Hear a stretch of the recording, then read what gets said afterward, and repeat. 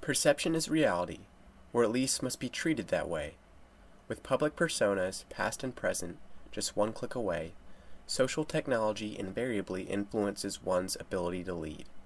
If a leader's greatest tool is himself, then he ought to adhere to a leadership style authentic to his own character.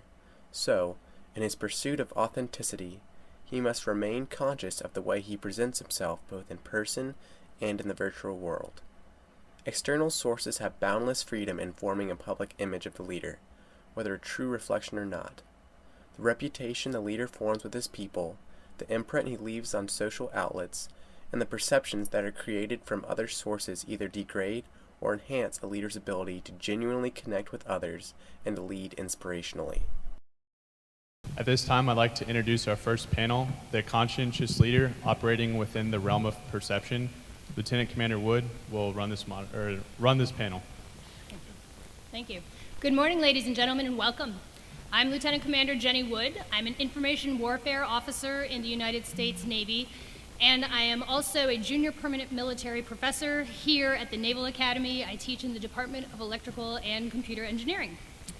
I have the honor of being your moderator for today's panel, the first panel entitled The Conscientious Leader Operating Within the Realm of Perception. So we just got a quick overview, but while you are sitting here for just a minute and before I introduce our panelists, just take a second and ask yourself a couple of questions. So if a leader's greatest tool is himself, then he ought to adhere to a leadership style authentic to his own character. How should a leader consciously present himself both in person and in the virtual world to maintain his authenticity? How do external sources form the public image of the leader, whether or not they are a true reflection? What are the impacts of the boundless freedom they enjoy? And third, how does the reputation the leader forms with his people, the imprint he leaves on social outlets, and the perceptions that are created from other sources degrade or enhance a leader's ability to genuinely connect with others and to lead inspirationally? So we have four really diverse, really exciting panelists, and here's our plan for the morning. I'm going to give a brief introduction, and I just pulled out a couple of highlights. Full bios are in your programs. I'm going to give a brief introduction of each of these panelists individually. I'm going to give them some time to share their personal and professional experience on these topics with you. Now, if you think of questions during this time, great.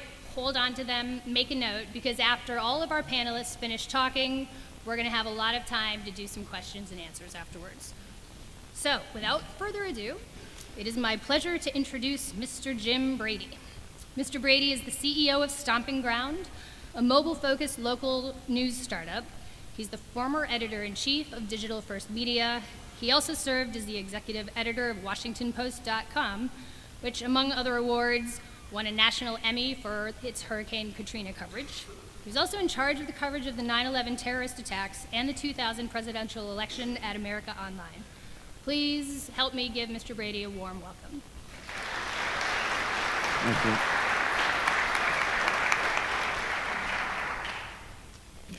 You're up. Oh, I'm sorry. I thought everybody's being introduced. My apologies. I have been in digital now as of April. This coming April, I've been on the digital side of journalism for 20 years, which is about as long as one can be in the digital side of anything in the news space, because that's about as long as it's been something. I was on the launch team of WashingtonPost.com in June 1996. So I've been doing this for a long time and have grown as a leader, I think, because I was working in an industry and have been for a long time that very much has a very traditional way of doing things. The newspaper, the TV broadcast, the radio broadcast, magazine routine is very, very, very formula. And one thing that systems don't like in journalism is change and a new way of doing things, and that's all digital has been for journalism now for 20 years. It's completely taken away all of the structure. You know, a newspaper comes out once a day, and I remember being at the Post when I was at the newspaper for 8 years before I went to digital, and I remember you'd put the paper to bed at 2:30 in the morning, the last edition would go out then, and if a huge story happened at 3 in the morning, you just went, oh well, went home, went to sleep. And those days are, clearly over now, where news organizations have to function on a 24/7 basis. They often have to publish directly to a platform without going through editing, which most reporters will tell you is the scariest part of digital. So everything has changed, and so leadership had to change, and leadership, you know, in this digital age has to be completely different than it was in that different generation, and it has to reward things like risk-taking, and it has to reward ideas that are completely antithetical to traditional journalism. And so I think, you know, I think one of the reasons I've been in it for so long and have done relatively well in it is because that was always the most exciting part to me. And I, you know, for the first 5 years I was working in digital, I kind of had this feeling of, to reference a very high-end film called Animal House. There's that moment when Bluto is trying to fire everybody up and he runs out of the room and nobody follows him. And that was sort of the first 5 years of working in digital and journalism. You think all you see is exciting opportunities for how to tell stories and how to connect people, and all the people you're talking to see is how tomorrow's going to be so different than today, and that scares the hell out of them. And so I think, you know, that helped shape me as a leader, which is you have to figure out not how to tell people to do things, because if you've spent much time in newsrooms, you know how well they love to be told to do things. You have to really inspire them to believe that the things that got you into this business, telling stories and changing lives and affecting society, can happen in an exponential way now, in a way that was actually in some ways harder pre-internet. And so I think that has been what shaped me as a leader, which is not being willing to accept that moment where you run out of the room and nobody follows you. And so I think, you know, I've spent a lot of years trying to do it by showing, which is always the best way a leader can do anything, which is that you go off and do it. And so, I mean, I think that's, to me, though, you know, I view leadership as, and I think the authenticity line that was raised before is a really important one. I view how being a leader is, and to put it in another sports context, is like when you're a running back in football, you get the ball, you gotta move. Like you gotta see where you think the hole is and go toward that hole. And if you stand there looking around for a hole to go through, you're gonna end up you're gonna get nailed. And I think for leaders, you have to be authentic, because a lack of authenticity is that moment where you're sitting there trying to think about what people want you to do, as opposed to what your gut tells you to do. And I think the minute you do that, you freeze, and you not only don't solve the problem that's in front of you, but you start to have the people who are supposed to be following you kind of wonder whether you really believe what you're up there saying. And the one thing I don't think anybody has said about me in 20 years of leadership is that I think the guy's out there spinning or telling me what I want to hear. I think if nothing, I probably err too much on the other side of that. But I think in a world that's still trying to figure out its way, in a world that's still changing, I think, you know, I was just at a conference last week, and a guy was presenting about where he sees, you know, the digital world in 20 years, and he said, guys, we're still in like the top of the second inning of this game we call the digital transformation. I mean, he was showing stuff up there about, you know, unbelievable things that are happening in other industries. And so, I mean, I think that, you know, the only way you can survive in this is to show that fearlessness, that you actually embrace the fact that the world is so unsettled and so unpredictable, as opposed to looking for that structure to fall into. I think that's why, my opinion is why so many newsrooms in this country are struggling right now, is they can't quite break out of this routine that says, you know, point A to point B to point C, and anything outside of that is scary and frightening. And I think part of the reason you're starting to see that change now in journalism, where there's really an embracing of the fact that the world is different, is because the people who grew up in this digital era are now starting to move into management, and they're bringing with them some of those same mindsets, which is fearlessness, risk-taking, are just things you have to do now. The biggest risk in journalism is to not do anything differently than we've been doing it. Thank you, Mr. Brady. All right, our next panelist is Mrs. Renee Forney. She is the Executive Director for the Department of Homeland Security's Cyber Skills Management Support Initiative, where she leads cybersecurity-related projects and programs. She was also the Deputy Director for the Department of Homeland Security's Balanced Workforce Program Management Office. At the General Services Administration, the GSA, she was the branch chief within the Business Intelligence Division, and she's also held several information and technology-related jobs in the private sector. Please help me in welcoming Mrs. Forney.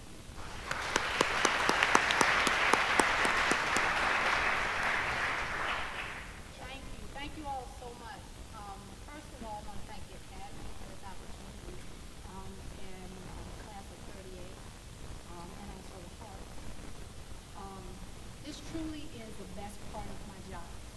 Having the opportunity to speak to students, to to speak to students who are about to start their careers, who are about to go out there in this world and create and do things that we don't even have any idea what they're going to do. The ones who are going to come and take my job so I can go home and retire.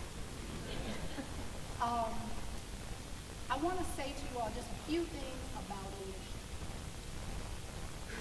A few of my key ideas are, first of all, be true to yourself.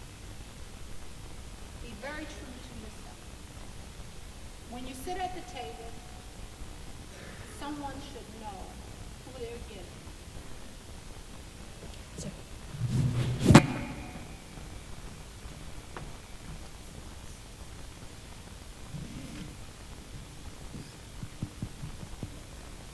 Is that better?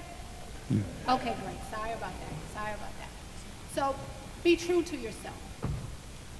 When a person sits across the table from you, they should know exactly who and what they are getting. You should not change with the wind. It makes it very difficult to operate, as our earlier speaker does. The only thing that does is bring about confusion and disorder. It's hard to lead in that environment. So be very, very true to who you are. You come to this world with innate qualities and abilities. Lean into them. Don't forget them. We come to institutions of higher learning to take those abilities and allow them to be groomed and shaped. But spend some time focusing on what your innate qualities and abilities are that you bring to the table. Take care of your people. Make sure that your people know without a shadow of a doubt that you have their back.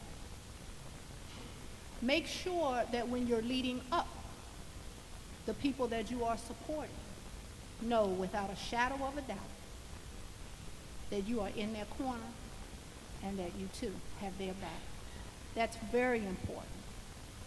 What that does is it helps you build relationships. Like it or not, things in this world, a good portion of them, and I'm sure some of our senior leaders here, and the panelists will say, yes, things happen based on relationships. So build good, solid relationships. When you're taking care of your people, make sure that you see the individual as well as the group. Because we all wake up as individuals each day. That's how we start out each day. So when you're looking at the individual and you see the uniqueness of the individual, also spend time thinking about the similarities and where there's synergies in the group. The goal is to build a unity of effort. You're all moving toward one goal, and in order to achieve that, you have to have a unity of effort. It's very difficult to have that unity of effort when you don't see the individual. At DHS has about 260,000 employees. We're made up of components that I'm sure you all hear of quite often in the news: Secret Service, TSA, ICE, CBP, U.S. Coast Guard, all of which have individual missions that are unique. But at the same time, we have an overall mission, and that is to protect our homeland. So in order to effectively do that, we have to build a unity of effort.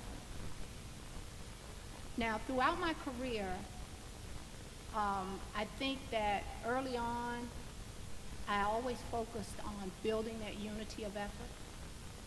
And I think that is one of the things that has helped me be successful.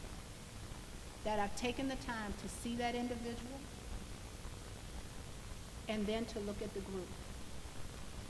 In this world of transparency that we're in, there are times where you might not necessarily be as transparent as you really want to be, because you might hold a position that does not allow that. But I will say to you, when you cannot be transparent, be honest. And always fall back on yourself and being true to yourself. Thank you very much. All right, next up is Dr. Maria Zuber. She is the Vice President for Research at the Massachusetts Institute of Technology, with overall responsibility for over a dozen very impressive research laboratories and centers. She was the head of the Department of Earth, Atmospheric, and Planetary Sciences from 2003 to 2011.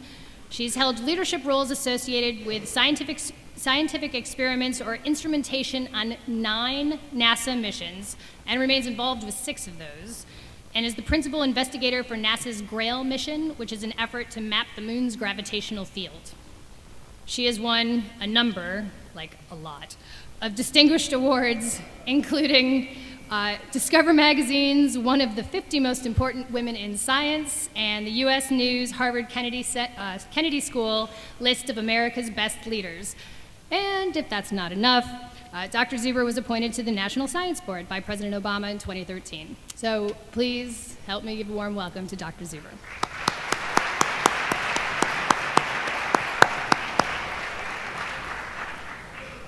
Great, thanks everybody. It's a pleasure to be here and to talk to all of you. So I'm a scientist, and if you want to be a leader in science, job one is that you have got to be viewed as a good scientist. Okay, that is not a sufficient condition, but that is an absolutely necessary condition. So in this panel about leading in the digital age, so I thought I'd start with just a story about my own career. So when I was starting out, like a really long time ago, there were no women in my field. So I'm a geophysicist and I do space-based laser and radio systems, and there were no women. And so when I started my career, I always published with my initials, okay? Because I said, you know, if I published with my full name, they would see that I was a woman and no one would read my papers and they wouldn't take me seriously. And, you know, quite frankly, this is really pathetic, all right? But I'm not by any means the only woman who did something like this, okay? In fact, I was talking on Friday with the chief technology officer of MIT's Lincoln Laboratory and telling her about what I was going to talk about today, and she says, "Oh, I did the same thing." Okay. And so all my colleagues and my mentors, who really had my best interest in mind, they all thought that this was ridiculous. And you know, first of all, everyone knows you're a woman anyway, and it wouldn't make any difference. Okay. So a little ways into my career, I gave a talk at a major scientific conference in Moscow, and I got up on the stage, group about this big, and I was giving my talk, and it was clear that everybody in the room was staring at me. Okay, not looking at me, staring at me. So I didn't know whether I'm having a wardrobe malfunction or what. Okay, but I get through my talk, and afterwards was the break, and I went down to get some tea, and I was just surrounded by men, all right, and they all said, "You're a woman," okay, and then they started apologizing to me because we've been reading your papers for years, and we've just assumed that you were a man, and this is how could we have done something like this? So you know. So the question is, would they have read my papers, starting out if I would? We don't know, okay? Couple of decades later, the 50th anniversary of the launch of Sputnik, there was a major conference put forth by the Russian Academy of Sciences, and mostly Russian speakers, a handful of international speakers. And at that celebration symposium, I spoke, and not only was I the only woman who spoke at this, but I was the only person who hadn't actually been born at the time that Sputnik had launched. Okay, so everybody else was up there talking about where they had been and what they were doing at the time that they heard about the launch of Sputnik, and I was just talking about science, right? And I often wonder whether or not there was any relationship that between those events that all of the Russians knew me and they made their opinion about me, and we can't actually know this, but what is clearly the message to take away from this is that I controlled the narrative, okay? So in a digital age, how do you control the narrative of what you would like to be perceived as that shows a relationship to actually what you really are, okay? So one thing, if you're a scientific leader, you want to be viewed as a good scientist. And the other thing that is crucially important is your values, okay? How do you convey your values in the digital age? Okay, so if you get on the web and you look at my website, okay, not my boring administrative website, okay, but my research website, you'll see several things. Okay, first is a long list of publications. So, okay, she's the good scientist. All right, we got that part covered. All right, the other thing you see is a real emphasis on my students and postdocs. So I love to highlight the work that they do and actually really are responsible for putting out the good work that gets done. So you never lose by giving other people credit. The next thing that you see are lots of pictures of my husband and kids. So I'm very, very committed to my family. And the third thing that you will see is that I have hobbies, okay? And those are the things that I want conveyed to the world. Because one of the things that I'm very interested in is career development for young people, and especially promoting STEM education. And so in a very small way, I can convey that, hey, out there, you can be a good scientist, or you can be good at whatever your field is, and you can have a life, okay? You can give other people credit, you can love your family, and you can have hobbies. And so what I would say to all of you is think about the narrative in this digital age of what you would like to convey to people about yourself that shows in some small way what you're really all about. I'll stop there. Thank you very much. All right, last but certainly not least is Dr. Courtney Radge. She's a journalist, researcher, and free expression advocate with the Committee to Protect Journalists. She worked for the United Nations Educational, Scientific, and Cultural Organizations, it's UNESCO's, section for freedom of expression, where she coordinated the organization's strategy in the Arab region. She's the senior program manager, or was the senior program manager for the Global Freedom of Expression campaign at Freedom House. She writes and speaks about the intersection of media, technology, and human rights, with a particular emphasis on gender and the Middle East. She's a blogger for the Huffington Post, and is writing a book based on digital dissidence and political change, cyber activism, and citizen journalism in Egypt. Please help me welcome Dr. Radge.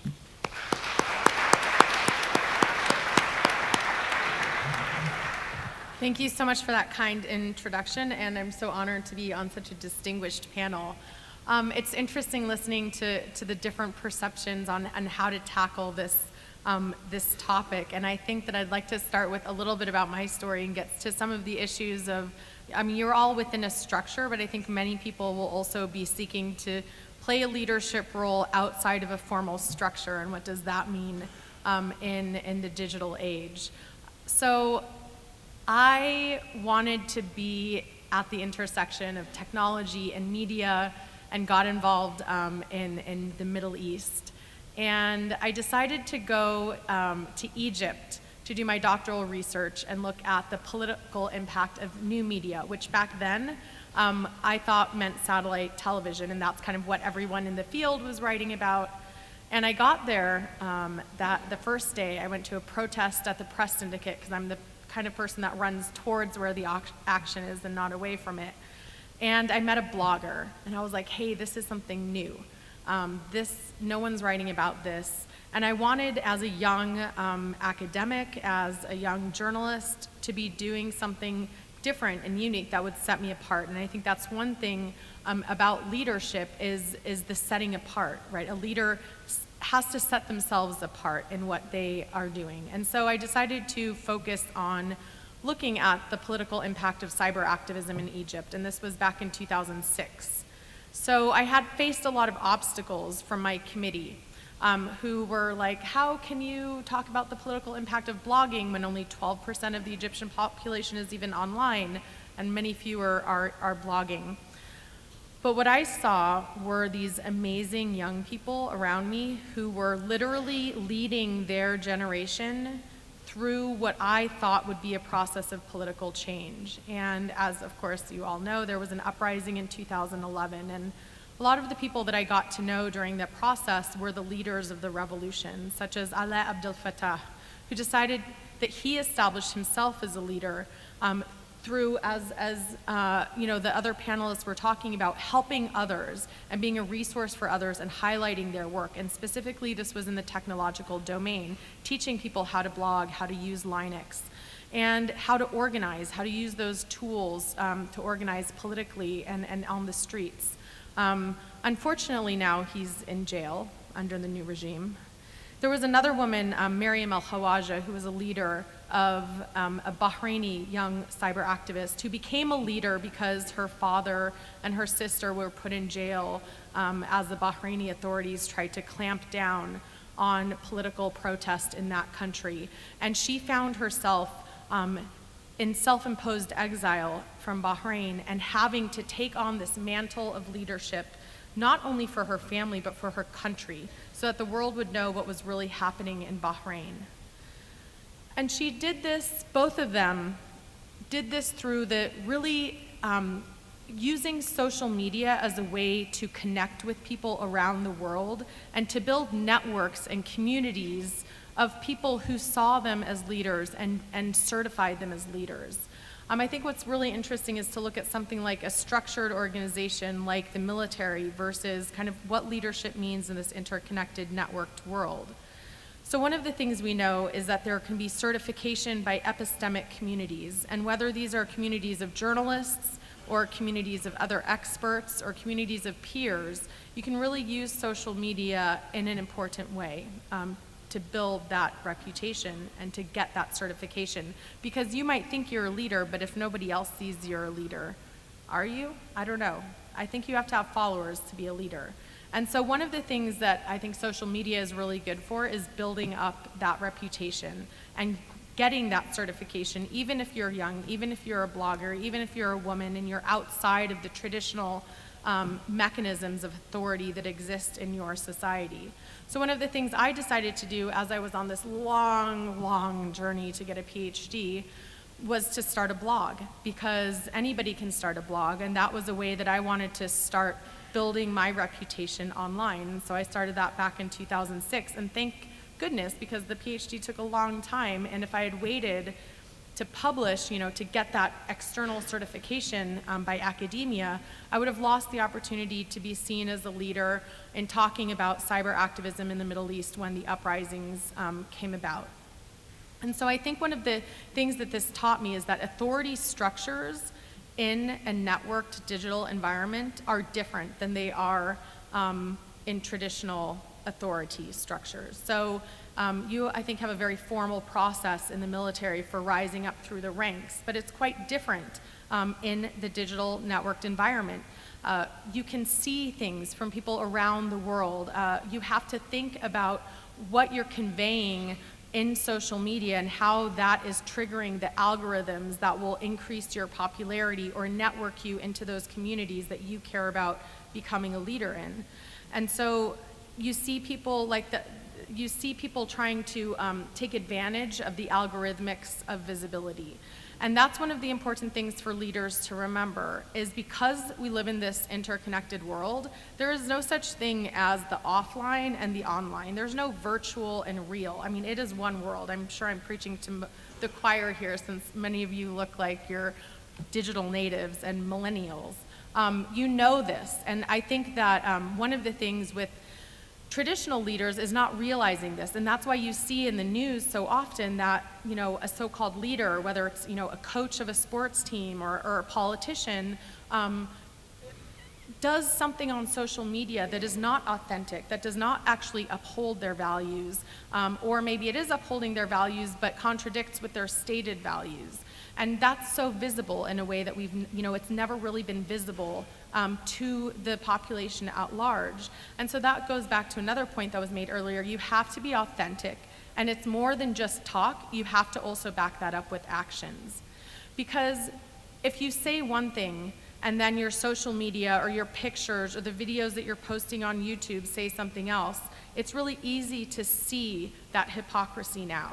So that's why you saw in the wake of the Paris attacks, the Charlie Hebdo, 40 world leaders going to march there. They're world leaders, so they've been designated as leaders. But then when you look at they're marching in support of freedom of expression, but then the president of Gabon prohibits all demonstrations in his country, or the president of Israel and Palestine don't have free speech for their citizens or for journalists, don't allow full freedom of expression there, or the president of Eritrea or Ethiopia, where journalists are in prison. You know, you can see this hypocrisy much more. And so I think that as a leader, you have to think about the fact that these two worlds are mutually constructed and interconnected. And so not everything is under your control. I think maybe in the past, as a leader, you could think it's very much about my interpersonal reactions and interactions with people, and I think it's very important to support the people who are in your, you know, physical proximity to you and the people who are on your team. But you also have to think about the validation by users and algorithms in the public sphere, because that is part of being a public leader in the digital networked environment. So I think with that, I'll leave it there. Great, thank you very much. Okay, so I will direct your attention to the microphones at the front of either aisle. You think of questions, just line up behind the microphone, introduce yourself to us, tell us where you're from, and as you all know, we have 4 really diverse, interesting panelists, and let's challenge them a little bit. Well, we've got the first question.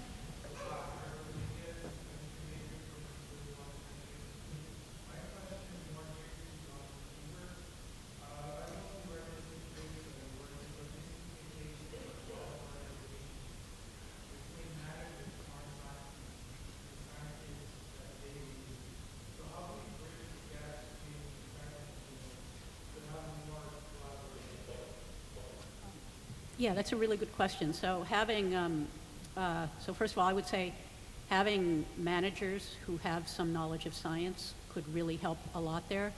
But that isn't the only solution to the question. I think scientists have long suffered from speaking only to each other. And so it's almost like twins talking, where nobody outside of science can understand what they're talking about.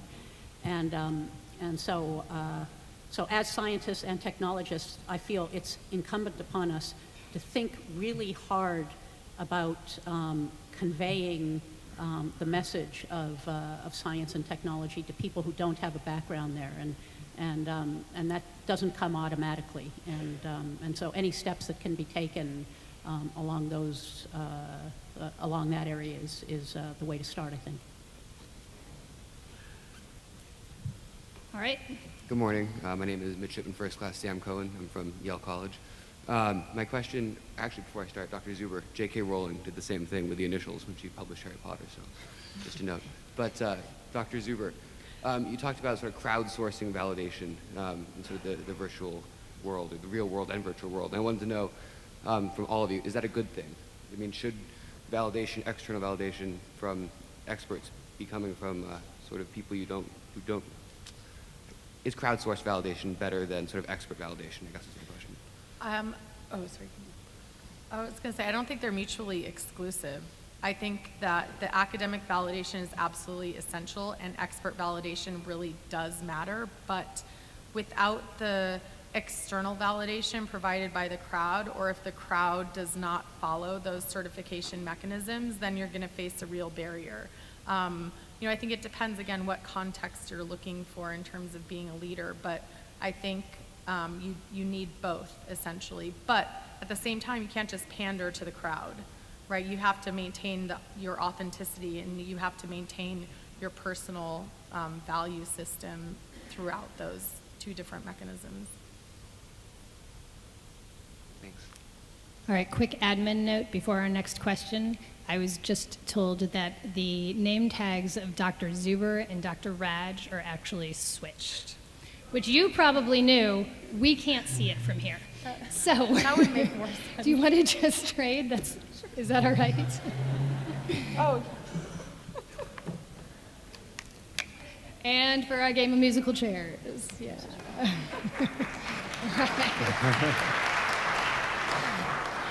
Thank you, ladies. All right, so next question. Are we working on the mic? Are we up?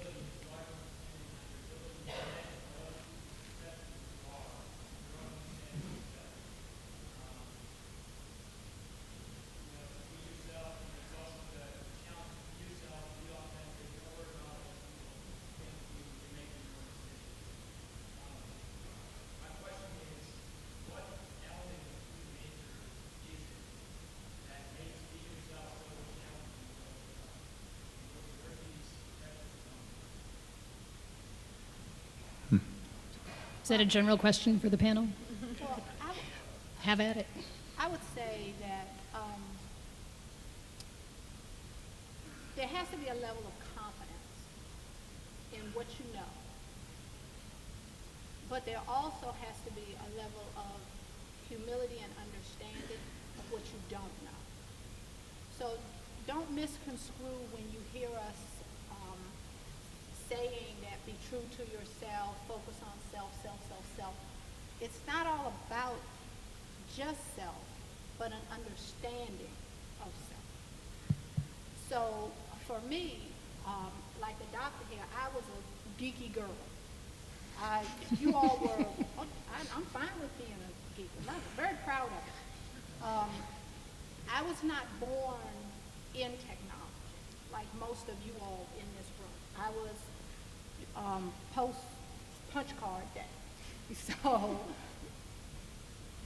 in coming up through that era and being able to grow up with the technology and face the challenges of walking into that world of technology, which was very non-traditional for someone like me, I had to be honest with myself, but at the same time be confident, which is a very thin line.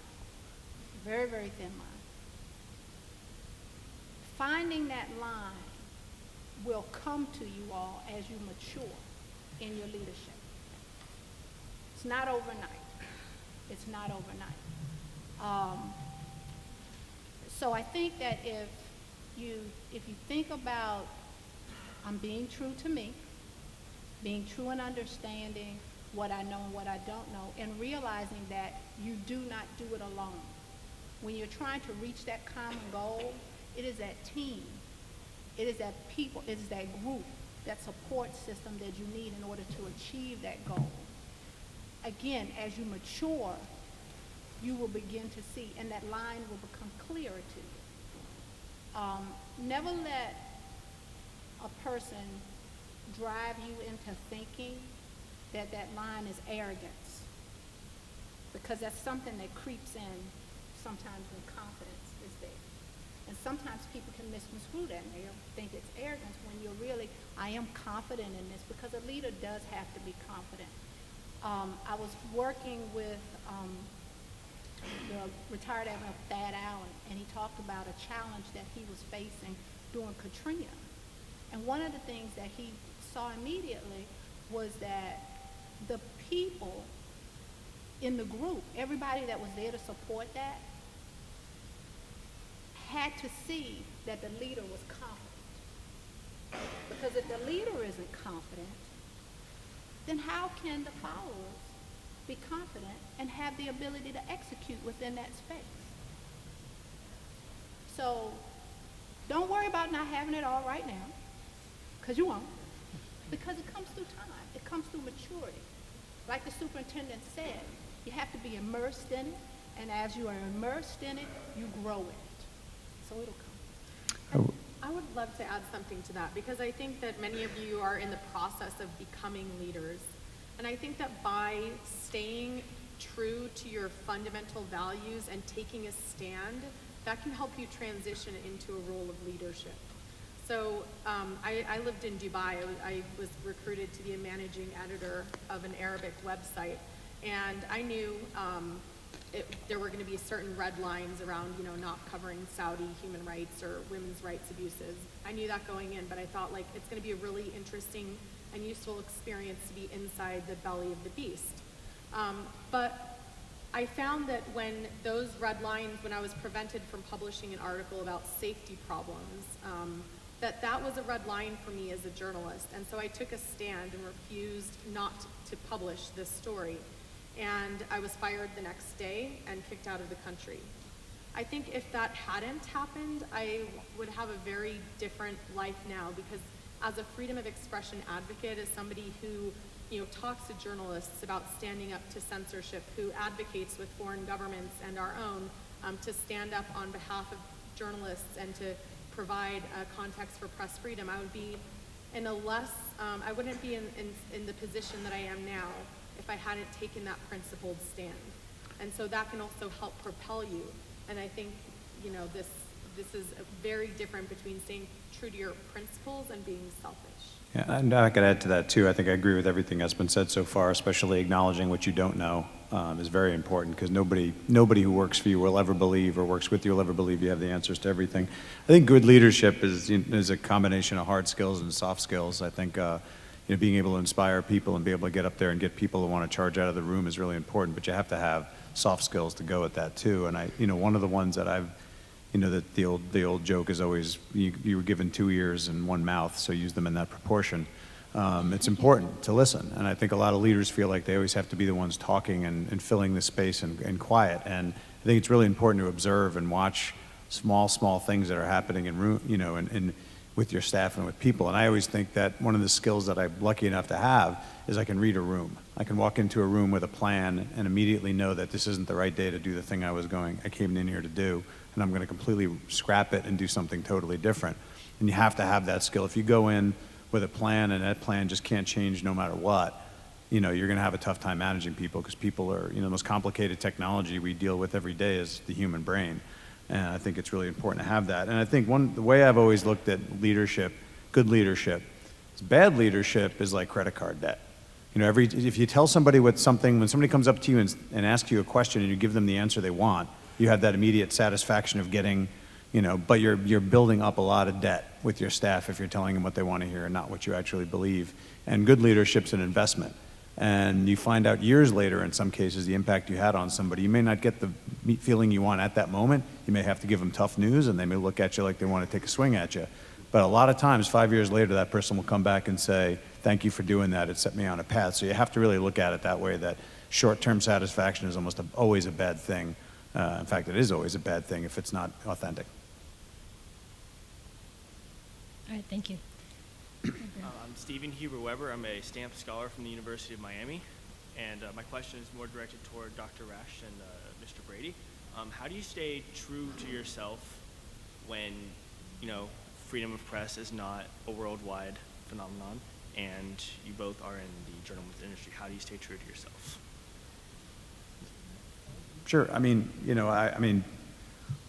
I probably would be who I am regardless what industry I'm in. Maybe I'm in the industry partially because of, but I think you stay true to yourself just by exhibiting all the things I think the panelists have said, vulnerability. an acknowledgement that you're not right all the time. And, I mean, I went home a lot of days when I was at the Post and we were doing something really risky. I mean, the whole idea when I was at WashingtonPost.com was, let's do everything differently than other newspapers are doing online right now. Let's just try stuff nobody's tried before. We were the first big U.S. news site to launch comments and start their own blogs and do these really wonderful long-form documentary.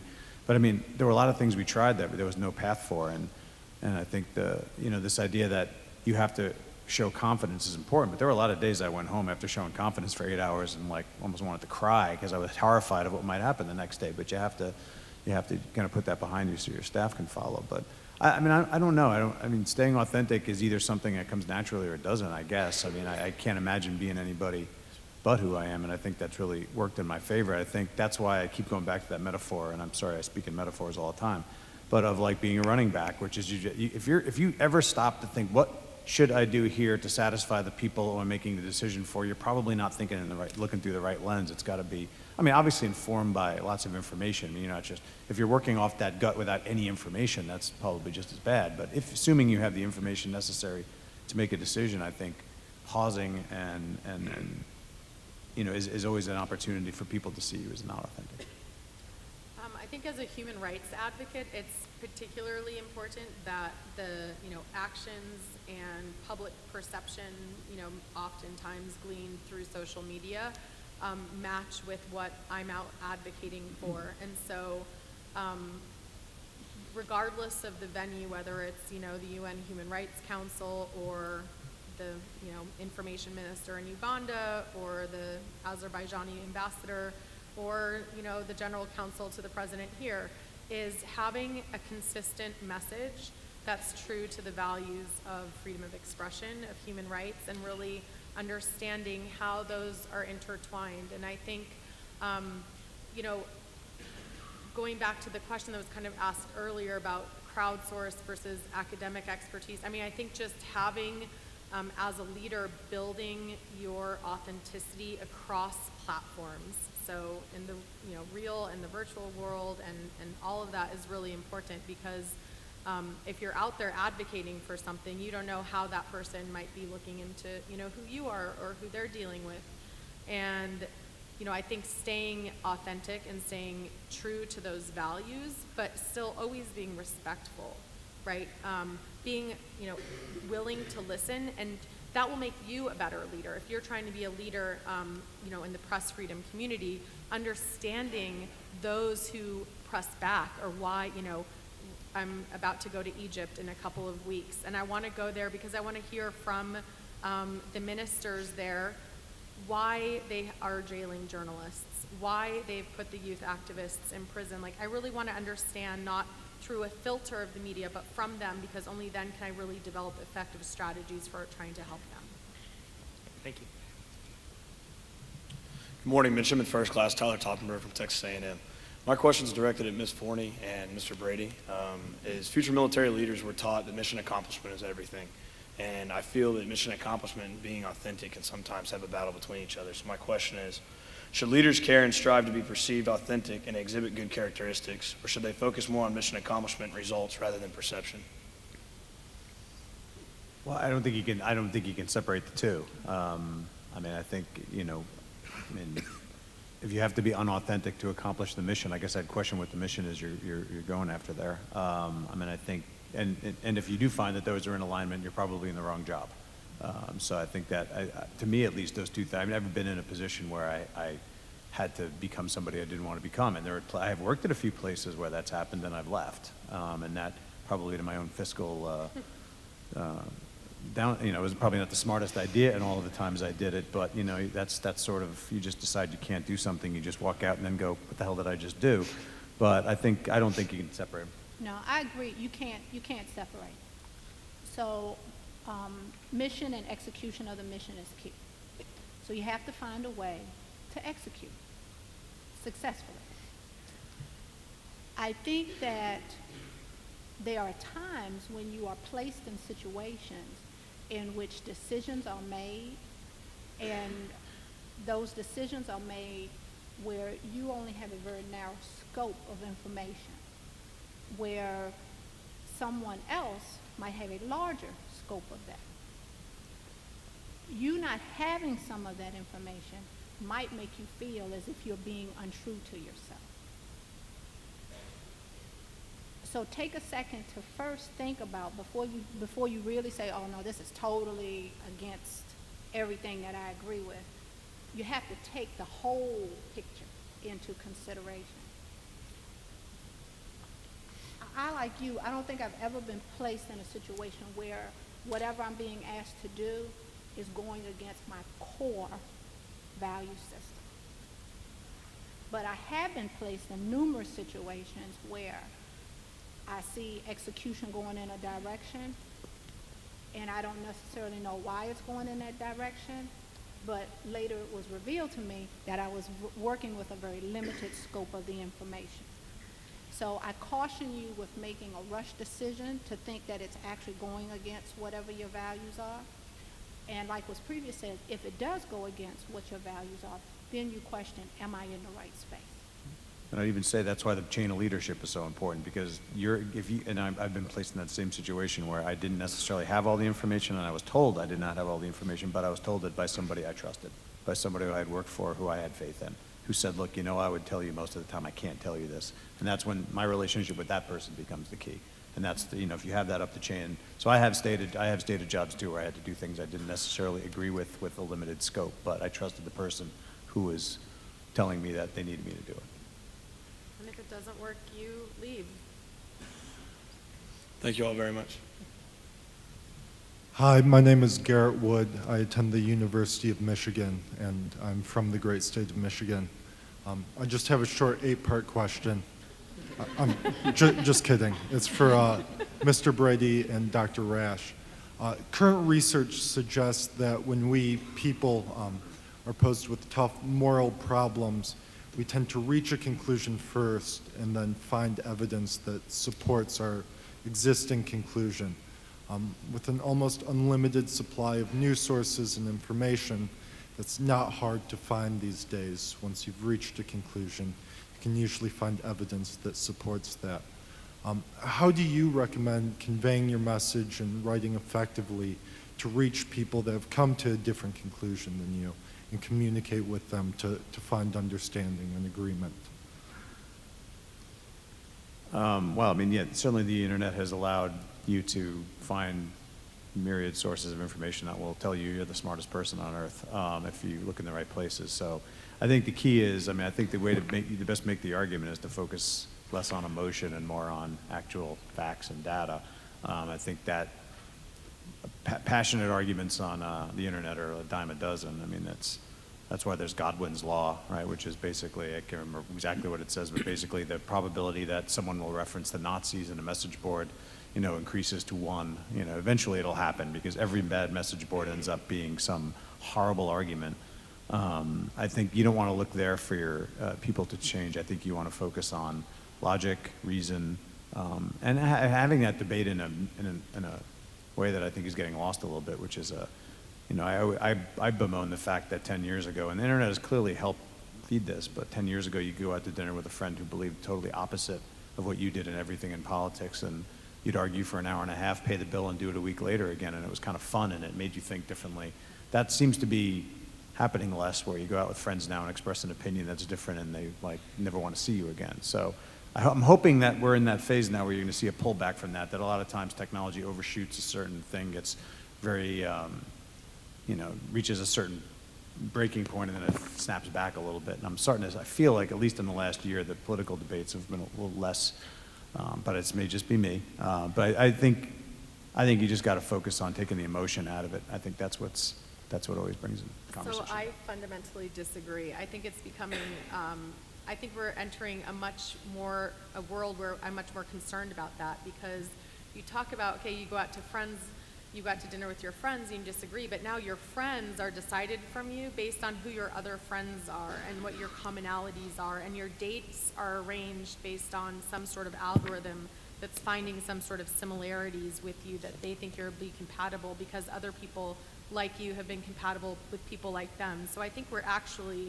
I'm more concerned about information cocoons, and I think if you look at the direction that the news business is heading, with the personalization of news, with the fact that you sign into these services so that you can be tracked, and the algorithms will serve you up the information that it thinks you want. What about the information that you might not want but you need? That's what I'm concerned about.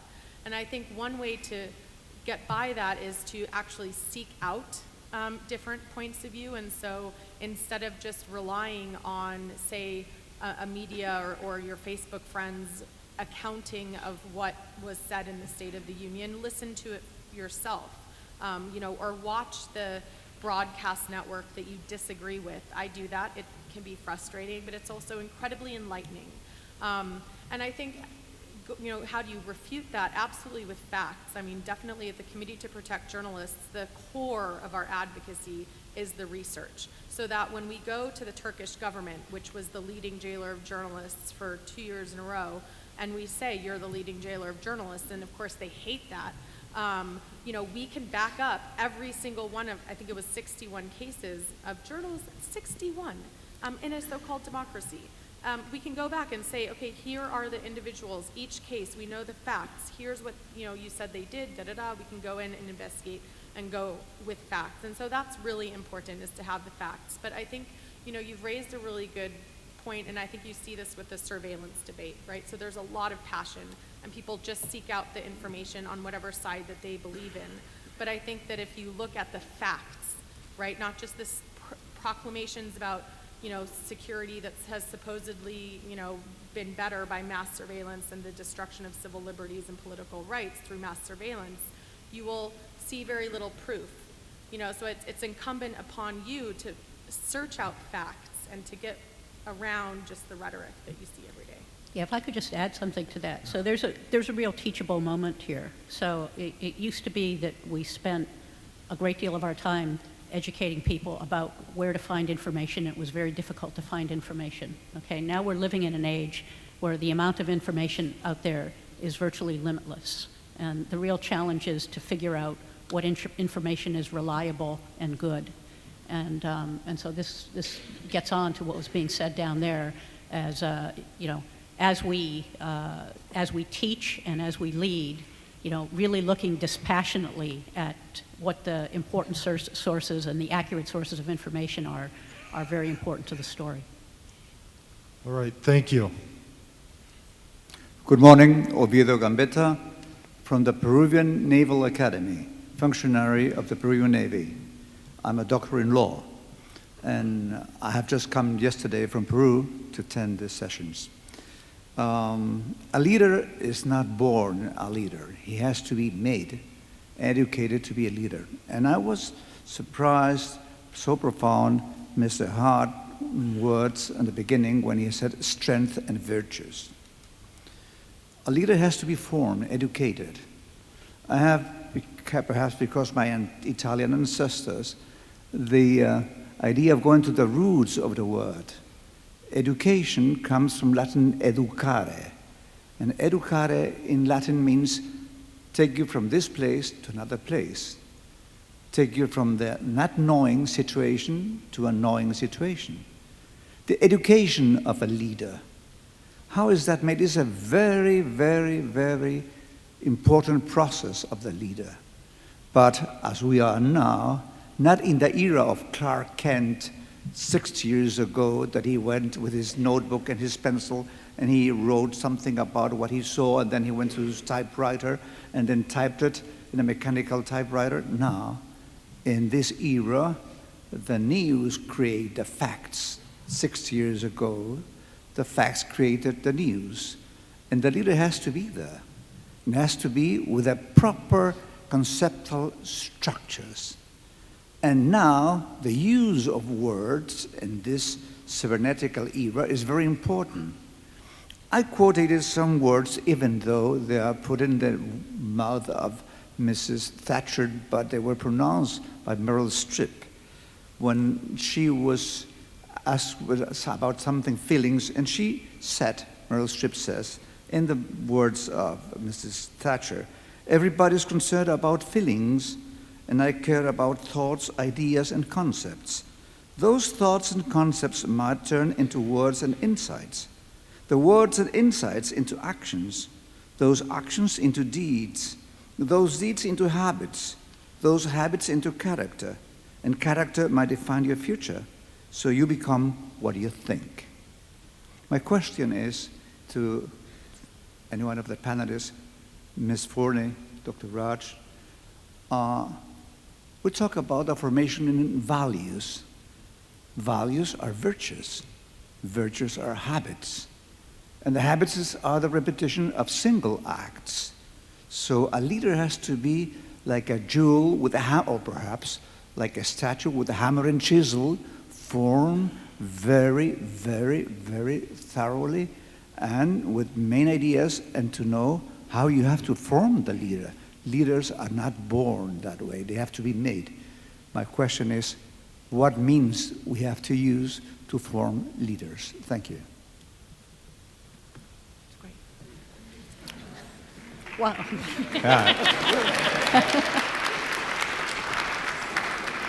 Can we get another chair up here for you to come on? So what a remarkable sentiment, and so I would just say to that, it is very true that aside from, say, the academies here, there, in universities, there isn't a lot of training in leadership. We get trained in disciplines, but we don't learn management, and we don't learn how to lead, and that's why, actually, it's why I decided that I wanted to speak at this conference, because raising the concept of leadership and hearing stories is, there's many paths to becoming a good leader, and it really is, I think, honing one's judgments. But I think it's all a matter of individual stories, okay, and seeing what works and what doesn't work. So it's really an empirical. You can't buy a book with just a formula for you do these things and you're a leader. And by hearing the stories and hearing what works and doesn't work, it helps you shape your judgments in the same way that you would, create a sculpture. And so I greatly agree with what you say, but there is no rule book on this. So thank you. Thank you so much. I think everybody does have their own story. I mean, I learned a lot watching my father, who was, in corporate world for a long time and in politics for a while, and just watched how he treated people. And he told me early on in life that your goal to be a leader is not power, but impact. And if you want to impact people's lives and get into leadership, if you just want the power, then you're probably doing it for the wrong reasons. And so I think we probably all have people who influenced us in terms of how we shape the world. And I think that it's probably not too similar stories to how a leader becomes a leader. I think they're all chiseled differently. And a bunch of them are Venus de Milo, I guess, missing arms completely in some cases. But sorry, if I can mention something. Some years ago, 1993, 1994, Samuel Huntington wrote that book about civilizations, the clash of civilizations. And he said, by that time, that in the years to come, the confrontation was not going to be from ideologies, from cultures. Perhaps where we were aware that 6 years ago, perhaps, would be appearing in the world theocratic governments, as it happens now with some Muslim countries. So the world has changed quite a lot. And the culture now, by the word culture in the United Nations, in the UNESCO, culture is not civilization. Culture is cultivating. When you say culture is to cultivate. And how you cultivate a farm, it's a low process, and it takes a time to work with the plow, seed, and then water, and then comes the harvest. So with a leader, you have a long process of forming one by one, and they're not magic solutions. So the being and the doing, how you enrich the being with culture.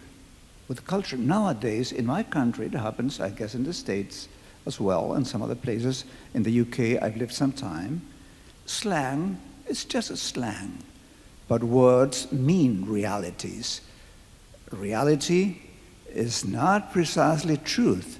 Truth, Aristotle said, is a coincidence of my thinking with the reality of the being. So opinion is one thing and certitude is another.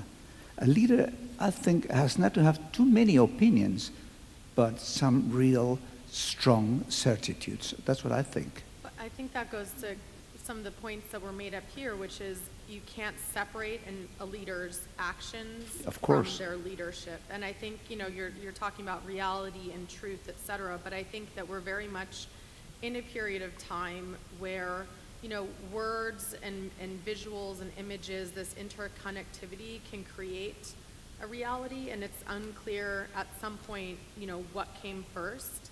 And that's why it's really important to look at facts and to look at authentic, certified leaders, understand the reputation behind that, behind where you're getting your information from, because there is a lot of manipulation happening now. Of course it is.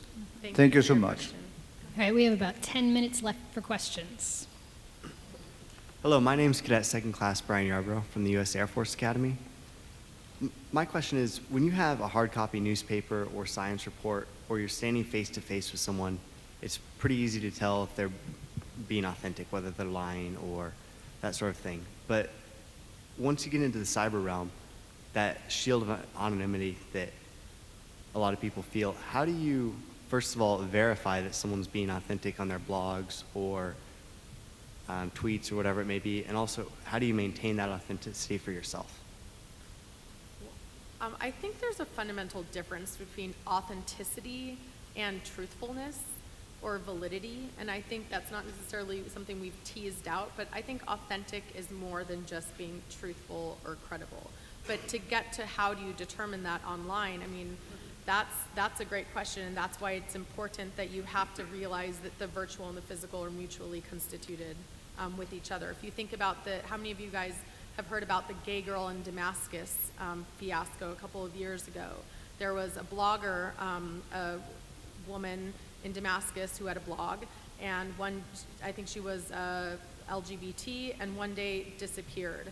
And it set off this massive worldwide search for her, and all of the human rights groups put out press statements and press releases, and we had all verified, but we were like verifying with each other.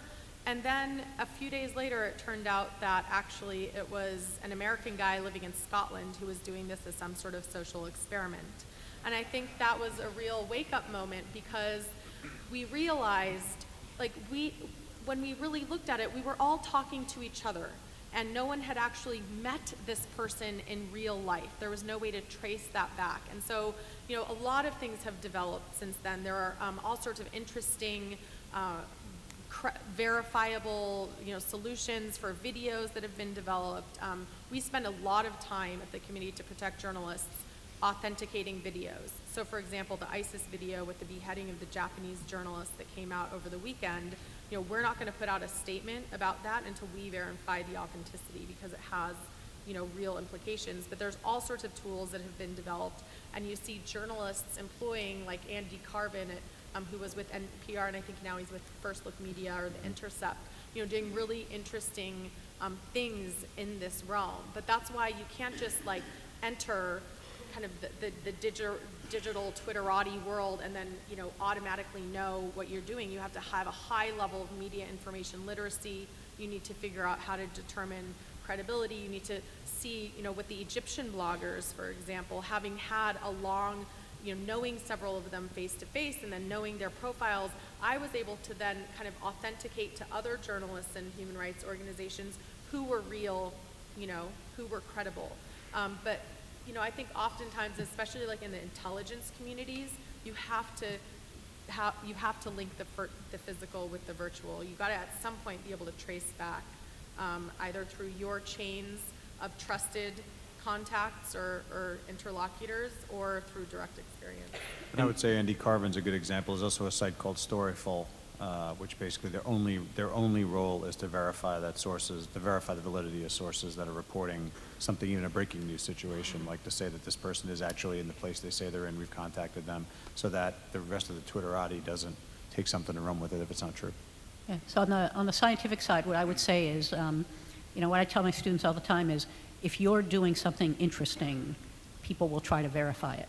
Okay, so if something gets put out there, science is self-cleansing. So someone will try to reproduce your experiment or your numerical model, or test your theory, and so be careful what you put out there. Just like to say thank you to all of you for giving us your insight. I know we really appreciate it. But my name is Justin Briscoe. I'm from College of the Ozarks in Missouri. And I've lived there 14 years, so I claim it as home. But my question is related to mistakes you all have made in leadership positions. I know I'm asking you to get vulnerable with us. But what's the best mistake you ever made, and how did that help you become a better leader? I can take this one. I was just thinking about this, actually.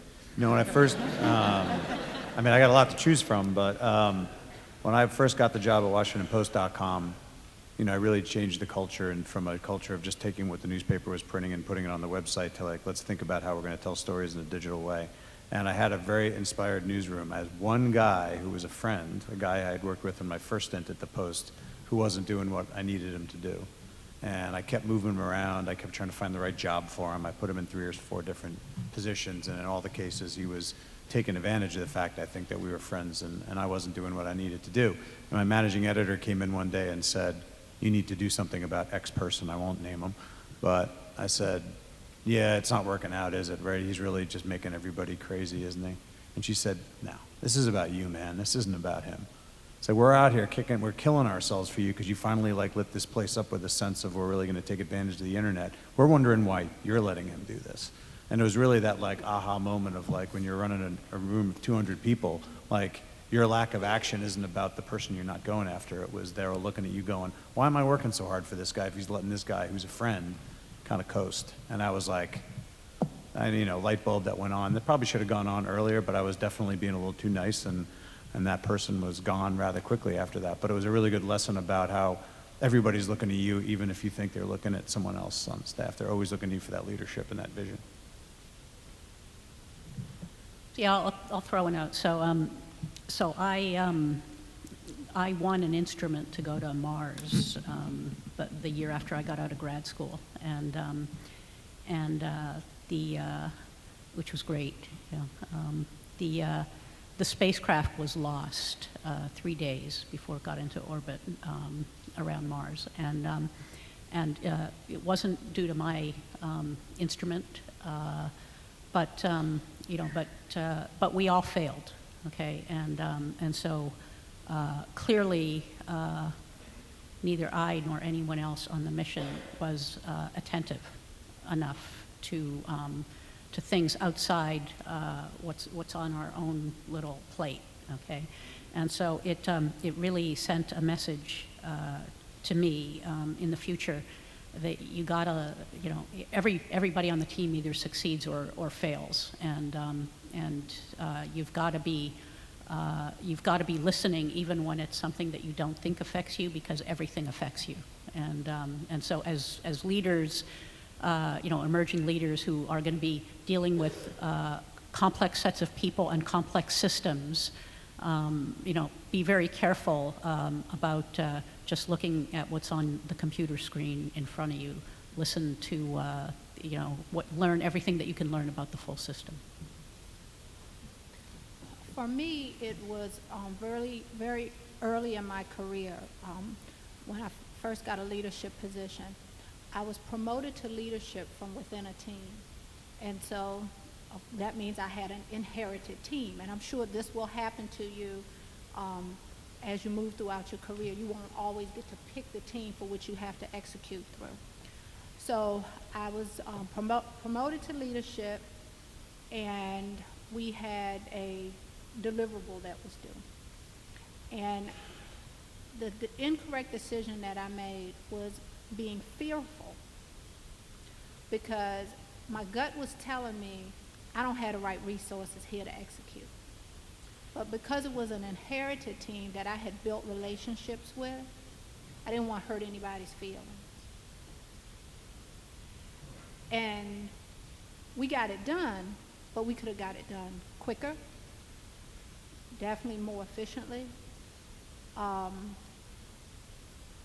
And I think I had to fail that time. To me, it was a personal failure. To all of the people outside looking in, it was a success because we were still able to deliver. But I went home every night upset with my own self because, oh my God, we shouldn't have to do this. We shouldn't be doing this if I could only have the resources that I needed to execute. So it was a personal failure to me. But it was good that it happened at that point in my career because it set the tone for going forward. So as I moved forward, I would quickly make an assessment, make sure I had what I needed. If I didn't have what I needed, I would resource myself appropriately in order to execute. But being that that was early in my career, having existing relationships, I had to mature. And I guess that's really what it was.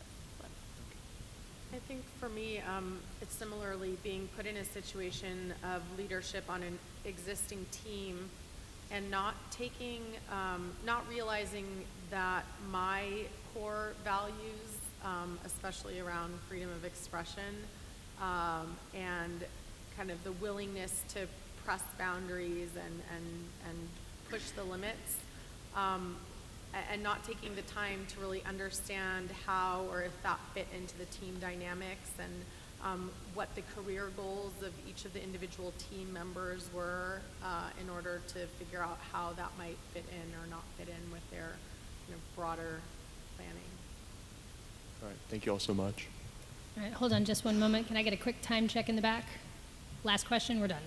Okay, I'm so sorry. Hey, good news is you will have 2 more panels and lots of really interesting panelists to ask you questions to. All right, ladies and gentlemen, can you give me one more round of applause for our panelists, please?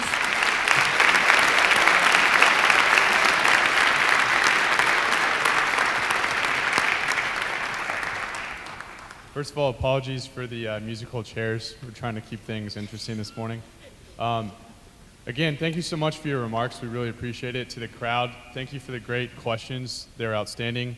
At this time, on behalf of the 2015 Naval Academy Leadership Conference, we'd like to present you all with a small token of our appreciation.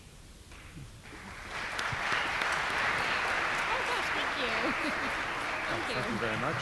Appreciate it. Thank you. Thank you. Thank you so much.